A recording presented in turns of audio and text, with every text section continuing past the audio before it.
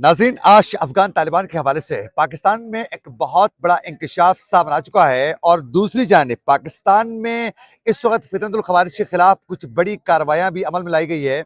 और उसके अलावा आज ये तुर्की ने भी अफगान तालिबान के खिलाफ एक बहुत बड़ी कार्रवाई अमल में लाई है।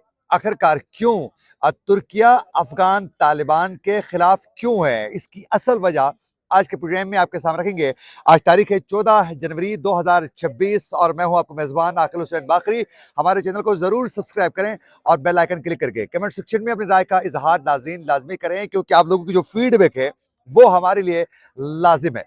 नाज़रीन, सबसे पहले आप लोगों को बताते चलें कि इस वक्त भी अफगानिस्तान की सरजमीन पाकिस्तान के खिलाफ इस्तेमाल मुसलसल हो रही है और अभी भी फितरतुल खवारिज की जानिब से पाकिस्तान में मुख्तलिफ जगहों में रोज मुख्तलिफ कार्रवाइयां देखने को मिल रही है। और साथ साथ सिक्योरिटी फोर्सेस की जानिब से भी इस वक्त फितरतुल खवारिज के खिलाफ जो है पाकिस्तान की जानिब से मुख्तलिफ जगहों में इंटेलिजेंस बेस्ड ऑपरेशन का सिलसिला भी बदस्तूर जारी है।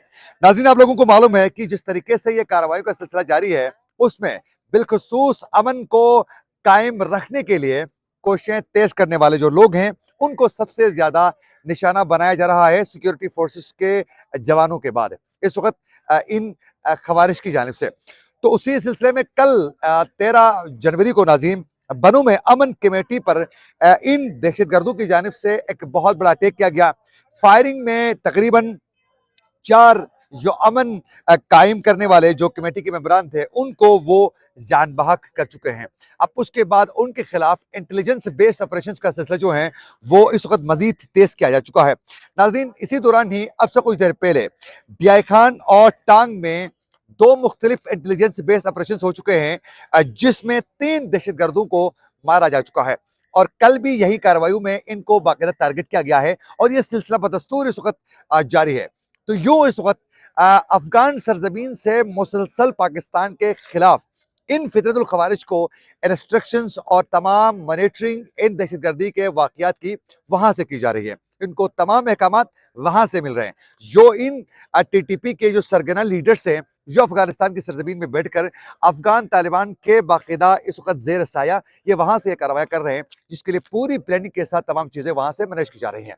तो ये इसी हवाले से खैबर पख्तूनख्वा के साबिक वज़ीर आला अली बिन गंडापुर की जानिब से यह इंकशाफ किया जा चुका है कि अफगानिस्तान के सरजमीन जो है पाकिस्तान में दहशतगर्दी के खिलाफ इस्तेमाल होने के हवाले से उन्होंने कहा है कि हुकूमत के पास वाज़ेह दस्तावेजी सबूत मौजूद हैं। ये उन्होंने इंकशाफ किया है। हालांकि जब वो खुद वज़ीर आला थे तो उस वक्त ये इंकशाफ उन्होंने नहीं किया था, लेकिन अब वज़ीर आला की नशस्त से उतरने के बाद उनकी जानिब से ये इंकशाफ किया गया है कि अफगानिस्तान की सरजमीन पाकिस्तान के खिलाफ इस्तेमाल हो रही है। और फिर ये भी कहा है कि मुतादिद कार्रवाइयों में अफगान जो शहरी हैं वो पाकिस्तान में दहशतगर्दियां करते हुए बाकायदा गिरफ्तार भी किए जा चुके हैं। और इस हवाले से उनका कहना है कि ये इन वाकयात में उनके मुलविस ज्यादा से ज्यादा होने के सबूत पाकिस्तान के पास उन्होंने कहा है कि बाकायदा डॉक्यूमेंट्स की शक्ल में दस्तावेजाती लेवल पर जो है मौजूद हैं। ये एक वज़ीर आला की जानिब से वो भी खैबर पख्तूनख्वा के ये इंकशाफ करना ये एक बहुत बड़ी बात है। इसी को बेस बनाकर ही वादी तीरा के अंदर जो है बाकायदा इस वक्त बड़े लेवल पर ऑपरेशंस का आगाज करने के लिए लोगों को फौरी तौर पर माइग्रेट करके 28 जनवरी के बाद ऑपरेशन का आगाज करने के हवाले से जो हिकमत अमली तैयार की गई है वादी तीरा में वो इसी वजह से ही की गई है। लेकिन कुछ इस वक्त भी खैबर पख्तूनख्वा में तहरीक इंसाफ के जो हुकूमत में बैठे हुए जो लोग और वज़ीर आला जो हैं इन ऑपरेशंस के वो खिलाफ भी हैं। लेकिन हकीकत यह है कि जब तक आप इनको शिकस्त नहीं देंगे इन ऑपरेशंस के जरिए और आवाम का साथ नहीं होगा तो ये मुमकिन नहीं है कि वो ऑपरेशंस कामयाब हो सकें। और इनके खिलाफ जो है जीरो टॉलरेंस के साथ जो है कार्रवाइयां तेज करके इनको इनका कला कमा नहीं किया जाएगा उस वक्त तक पाकिस्तान में अमन जो है वो कायम नहीं हो सकती है। इसी के तनाजुर में ही नाज़रीन इस वक्त तुर्की की जानिब से भी जिस तरह पाकिस्तान, ईरान और उसके अलावा बरतानिया और यूरोपीय ममालिक से जो अफगान शहरियों को जो इलीगल तौर पर रहते थे उन सबको जिस तरीके से मुल्क बदर किया गया, इसी तरह तुर्की के से भी कई अफगान जो बाशिंदे थे उनको वहां से डिपोर्ट किया जा चुका है और इनकी तादाद बहुत ज्यादा है। जो अफगान जो शहरी हैं उनको मुख्तलिफ तरीकों से वहां से मुल्क बदर किया गया था तुर्की से। उसी सिलसिले में तुर्की से नाज़रीन आज तकरीबन 18 मजीद थे अफगान शहरियों को जो वहां मौजूद थे इलीगल तरीके से 18 अफगान शहरियों को गिरफ्तार करके डिपोर्ट किया जा चुका है। तुर्किया की जानिब से भी इस पर सख्ती के साथ इनको डिपोर्ट किया जा रहा है, क्योंकि वो भी अपने मुल्क के लिए जो हैं इनको एक बहुत बड़ा खतरा समझते हैं। उसकी वजह यह है कि इस वक्त सिर्फ और सिर्फ कतर जो है वो अफगान तालिबान के लिए सॉफ्ट कार्नर तो इनके पास मौजूद है, लेकिन तुर्किया को यह अंदाजा है कि अफगान तालिबान हमारे लिए उस तरीके से कोई काम नहीं करते हैं, हमारे फेवर में नहीं करते हैं।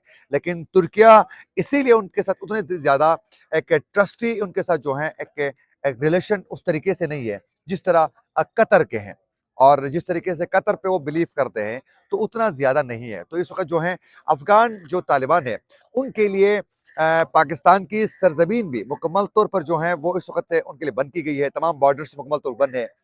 ईरान के साथ भी ताल्लुकात कशीदा हैं। इसी तरह आपने देखा कि ताजिकिस्तान के साथ हाथ कशीदा है और फिर उज़्बेकिस्तान के साथ हाथ कशीदा है। तो नीचे कौन रहता है, और तमाम हमसाया तो इनसे नाराज हैं, और इसकी वजह से अफगान तालिबान एक आइसोलेशन का शिकार है। महंगाई में इजाफा और कई दुश्वारियों का सामना आज भी अफगानिस्तान में मौजूद है। ये थी कुछ अपडेट्स जो हम आप तक पहुंचाना चाह रहे थे। इसी के साथ अपने मेजबान आकिल हुसैन बाकरी को दीजिए इजाजत। अल्लाह।